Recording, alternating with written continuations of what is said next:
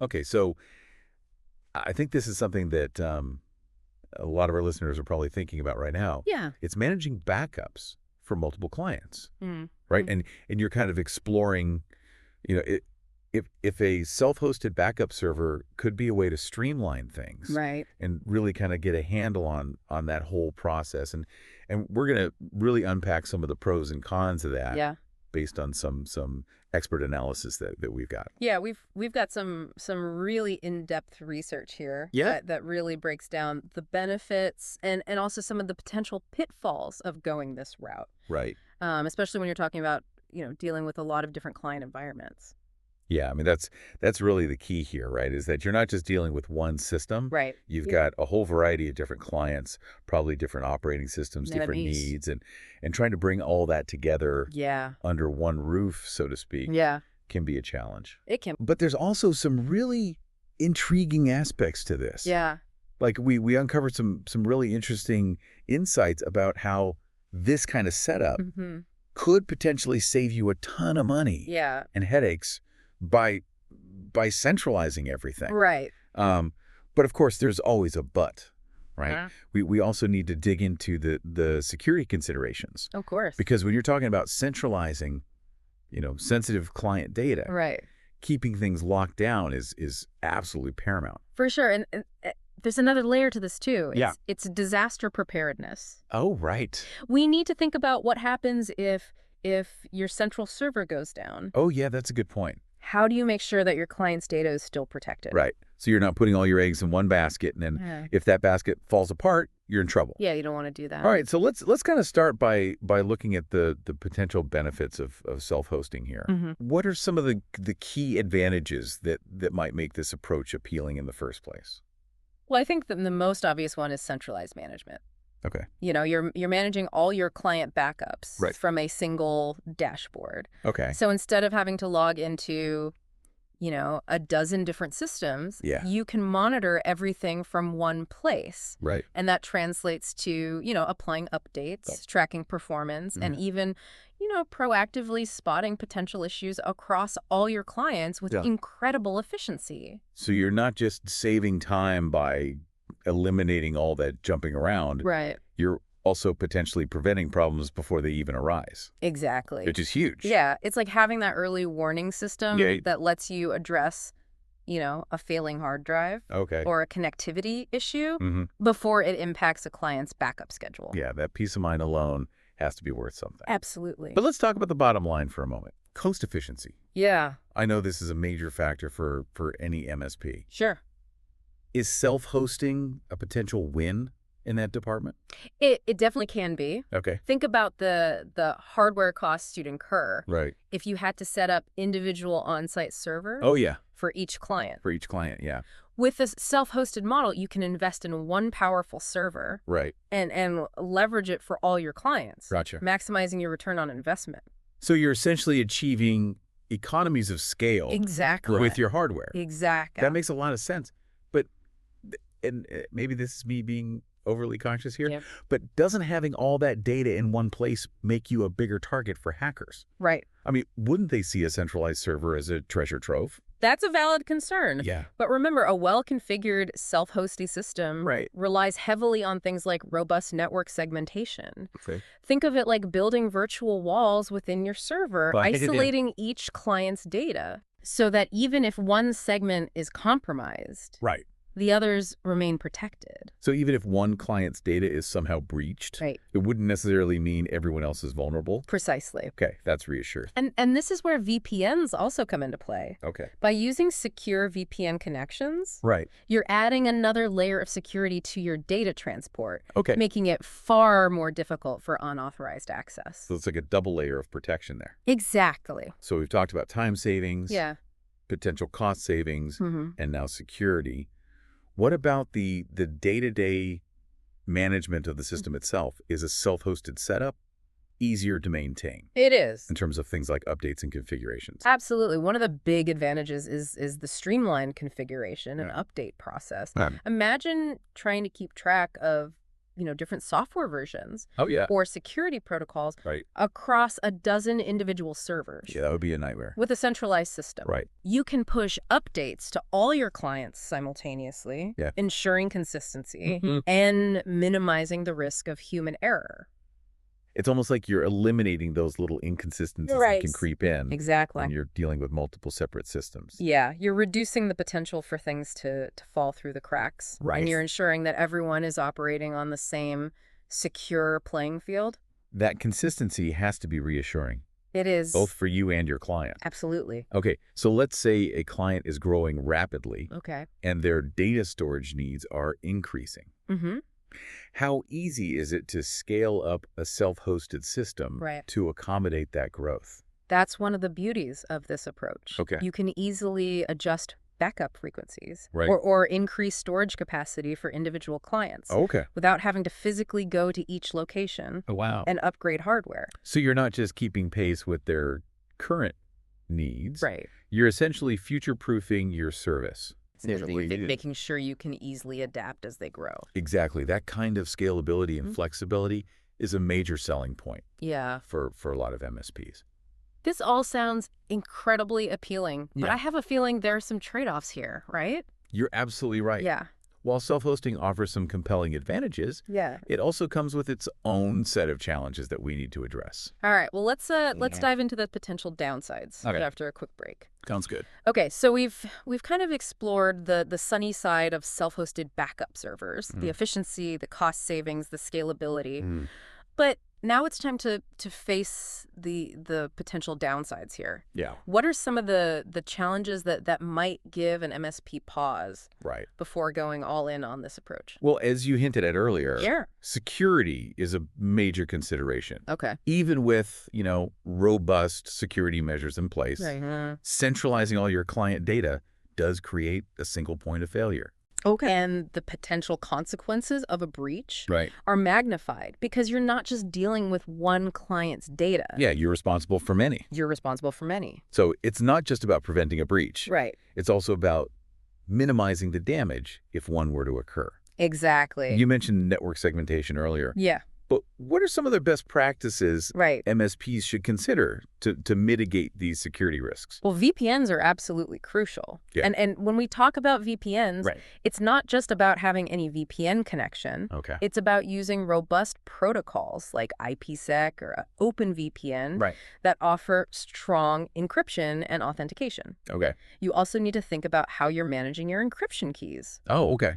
Are they stored securely? Right. Are they regularly rotated? So it's not just about setting up the server itself. Right. It's almost like a whole separate area of expertise It is. around security and encryption and all that. Yeah, and it's something that a lot of MSPs underestimate. Right. Another potential challenge is reliance on network connectivity. Okay. A self-hosted system depends on stable internet or VPN connections Right. for backups to run smoothly. Okay. If a client's internet goes down, Yeah. their backups could be delayed or even missed entirely. Okay, so let's play out that scenario. Okay. A client's internet connection goes flaky Right. during a critical backup, Mm-hmm.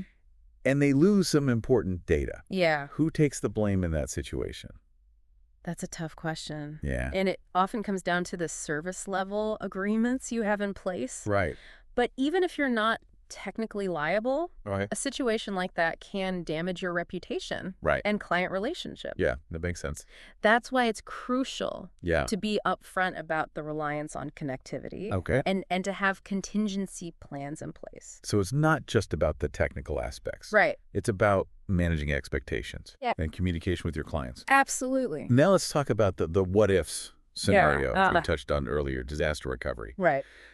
If your central server is hit by a fire flood Yeah. or some other unforeseen event, what happens to all your client backups? That's the ultimate nightmare scenario. Yeah. And it highlights a key vulnerability of a purely self-hosted setup. Okay. All your eggs are in one basket, so to speak. Right. If that basket goes down, Yeah. all your clients are potentially impacted. Right. Now, with robust off-site backups, Okay. you could mitigate this risk, Right. but that adds another layer of complexity and cost. I remember reading a story about an MSP Yeah. who learned this lesson the hard way. Oh, yeah. They had a fire in their office, Oh, wow. and their central server was destroyed. Oh, no.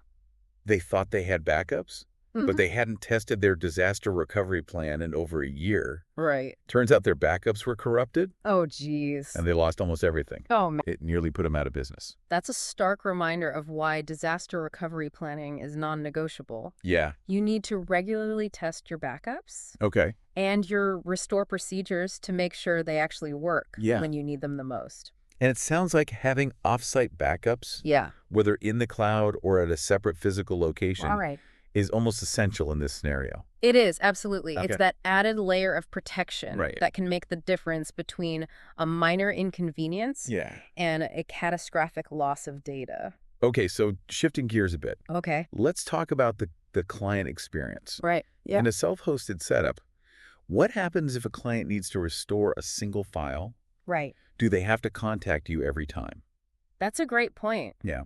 I can imagine it being pretty frustrating for a client to Yeah. have to go through their MSP every Right. time they need a file restored. Especially if they're used to having more controls over their own backups. And that's a potential downside of a centralized system. Okay. You become the bottleneck for all restore requests. Right. Now, some enterprise-grade backup solutions Yeah. offer self-service restore portals Okay. that allow clients to access and restore their own files.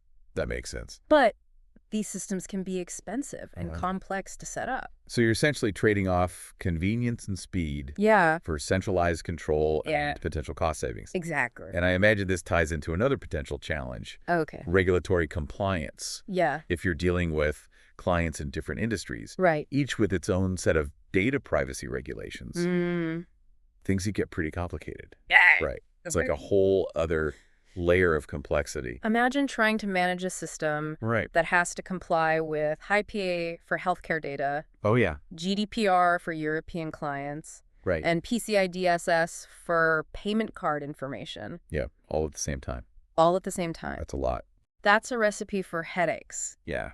and potentially legal issues if you're not incredibly careful. So it's not just about keeping the data secure from hackers. Right. It's also about making sure you're meeting all the legal requirements Yeah, for how that data is handled and stored. precisely. You need to have robust auditing Right. and documentation procedures in place. Right. And you might even need separate configurations for different clients Yeah. to ensure you're meeting their specific compliance obligations. So this is where things can get really tricky This is where it gets tricky. with a self-hosted setup. Yeah, you might be better off using a backup solution Oh, that's specifically designed for MSPs right. and offers features like granular access controls and Right. detailed audit logs.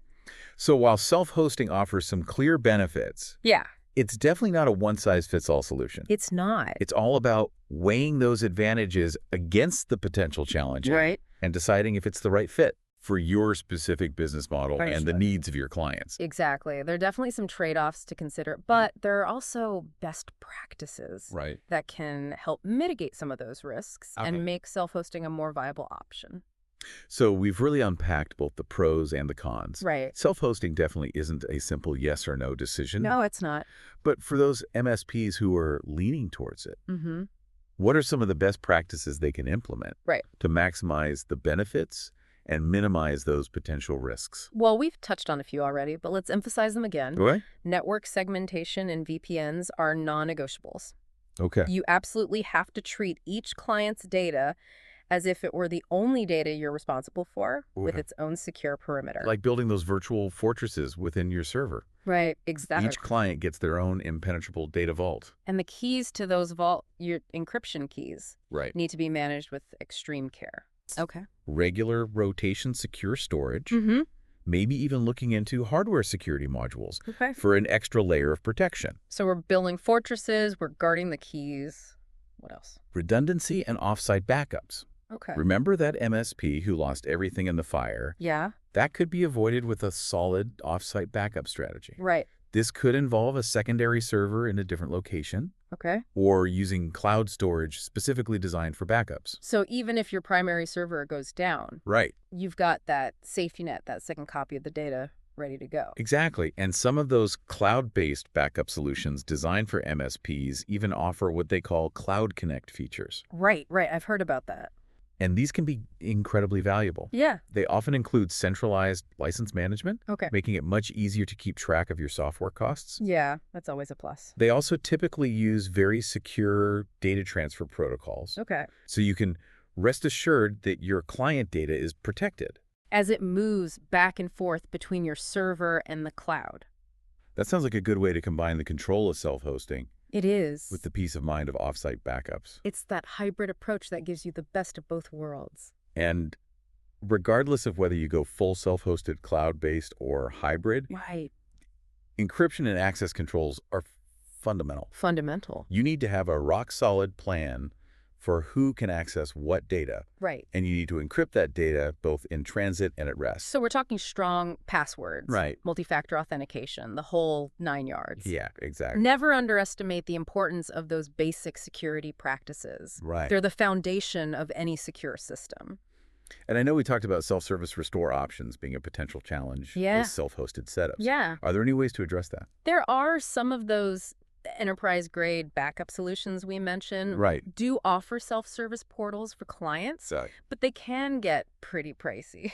If you are working with a tighter budget, you could look into open source backup software Okay. that offers similar features, though it might require a bit more technical expertise Right. to set up and maintain. So it's about finding that balance between functionality, Yeah. cost, and your own technical capabilities. Exactly. There's no one-size-fits-all solution. Right. It's about choosing the tools and strategies that best align with your business model and the needs of your clients.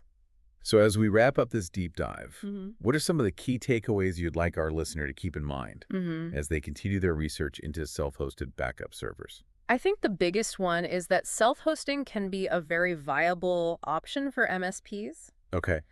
but it's not something to jump into lightly. Right. It requires careful planning, Yeah. a deep understanding of the security implications, Mhm. and a willingness to invest in the right tools and infrastructure. Don't just focus on the potential cost savings. Right. Consider the long-term implications for your business and your clients' data. It's like any major business decision. Right. Do your due diligence, weigh the pros and cons, Yeah. and don't be afraid to seek expert advice if you need it. And don't forget, the research we explored today actually mentions some specific backup solutions Right. that are worth checking out. They cover a range of options from self-hosted to cloud-based, Right. so you can get a feel for what's out there and what might be the best fit for your needs. That's a great reminder. We've given you the framework, Yeah. the things to consider, but ultimately the decision is yours.